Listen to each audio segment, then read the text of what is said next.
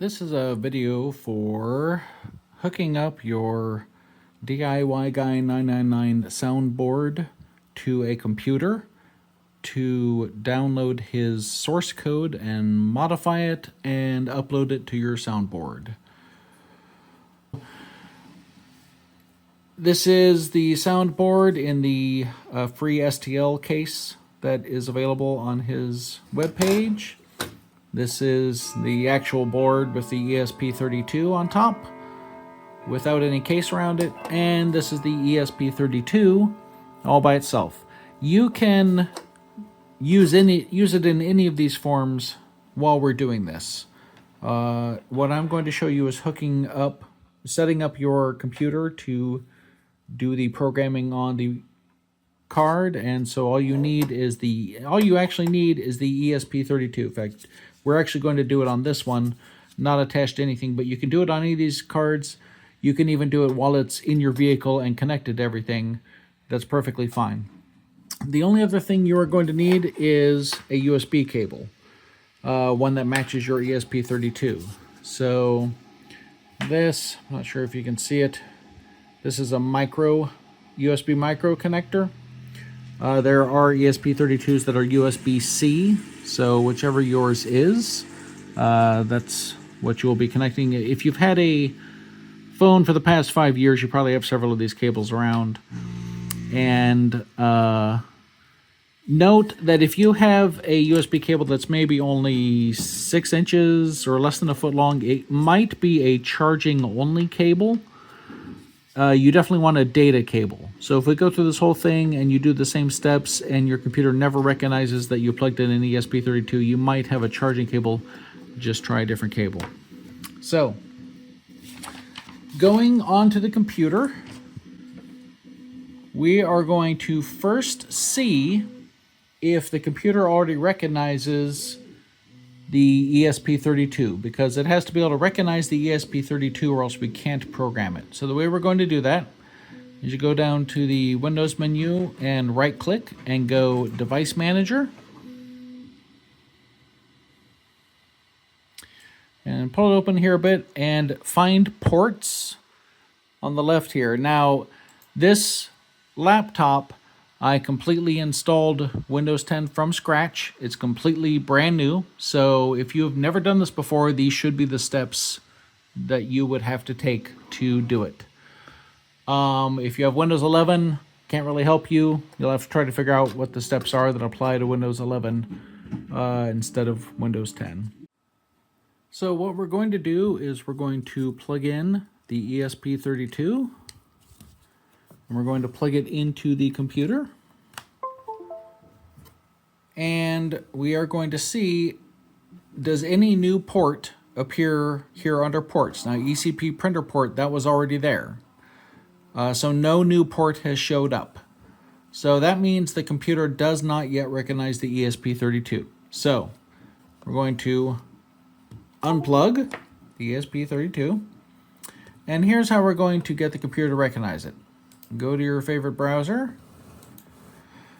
and we are going to search for DIY Guy 999 Web Flasher. Now, this is the web page that you would go to load a pre-compiled profile onto the board. You want the github.io result,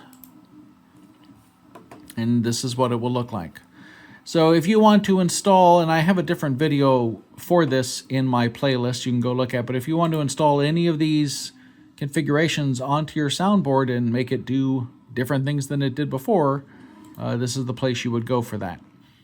But that's not why we're here. We want this link right here, no ESP32 board found. So we click that, and you can read through here, but bottom line is we want one of these two links depending on your ESP32. Now, if you got the soundboard from me, the one you want is CP2102. But if you got your soundboard somewhere else or made it yourself and bought your own ESP32, it could be this one. You're going to have to figure that out. Or you could just simply install both and one of them should work. But we want CP2102.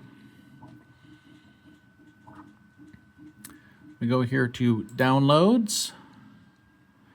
And we're looking for CP2102 Universal Windows Driver.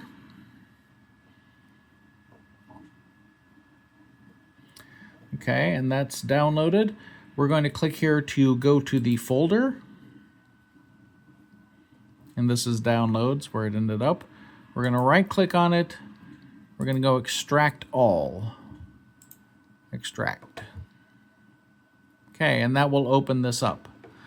Now we need to right click on one of these, and there's two ways to tell which one we want. They're both named the same thing, but we want the one that's setup. Now this says setup information. That's helpful, but we can also go to view and file name extensions, and we want this scilabsir.inf. So we right click and we go install, and then open, and then yes. Operation completed successfully. Well, let's see if that's true.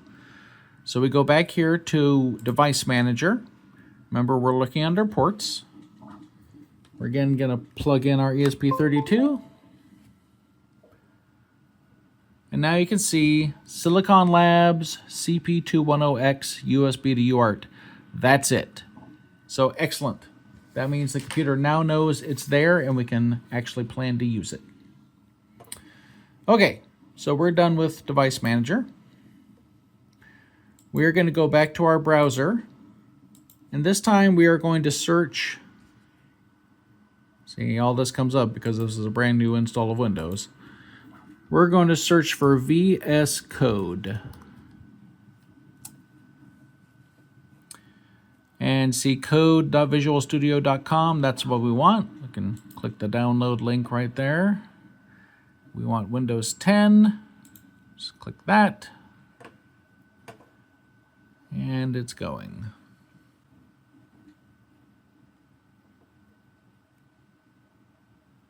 Okay, download complete. Click on that file.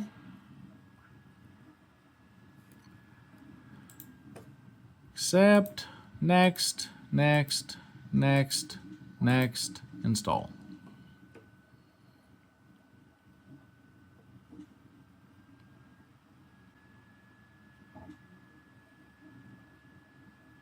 Okay, and go ahead and leave that checked. We will launch Visual Studio Code, so click Finish. It launches.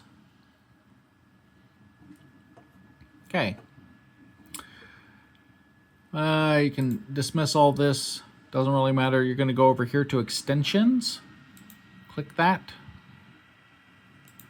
Up here in the search, you're going to type Platform IO. Okay, and you want Platform IO IDE, this little bug icon. Install. Trust Publisher and install. While that's doing that, go back to your web browser, and we are going to go to git-scm.com.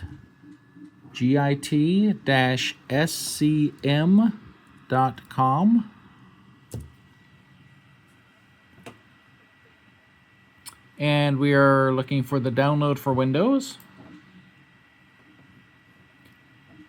Git for Windows x64 setup. Or you could click here for download. That sounds good. Since it's not other Git for Windows, let's just go with the one that says download for Windows.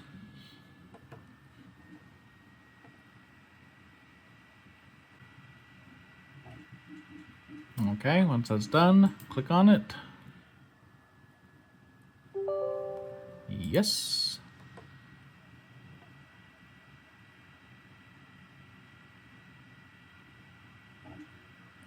Next, next, next, next, next. All the nexts. And install.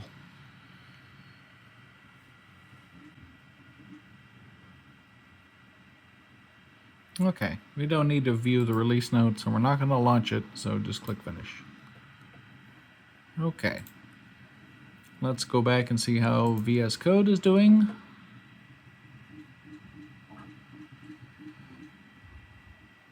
Well, okay, I think this could be done. Finished. Please restart VS Code. Okay. So when you see that, it says platform ID has been successfully installed. Please reload window. Go ahead and click reload now. Or you could close VS Code and start it again. Good. Your computer now is more or less ready. It has everything on it needs to use the source code from DIY Guy 999 so you can install vehicles that aren't available on the web flasher, or to modify vehicle configurations in different ways. This was just the setup. Your computer is ready now. In the next video, I'll show you how to get his code, put it on your computer, and how to use VS Code to modify that code and get it installed on your ESP32.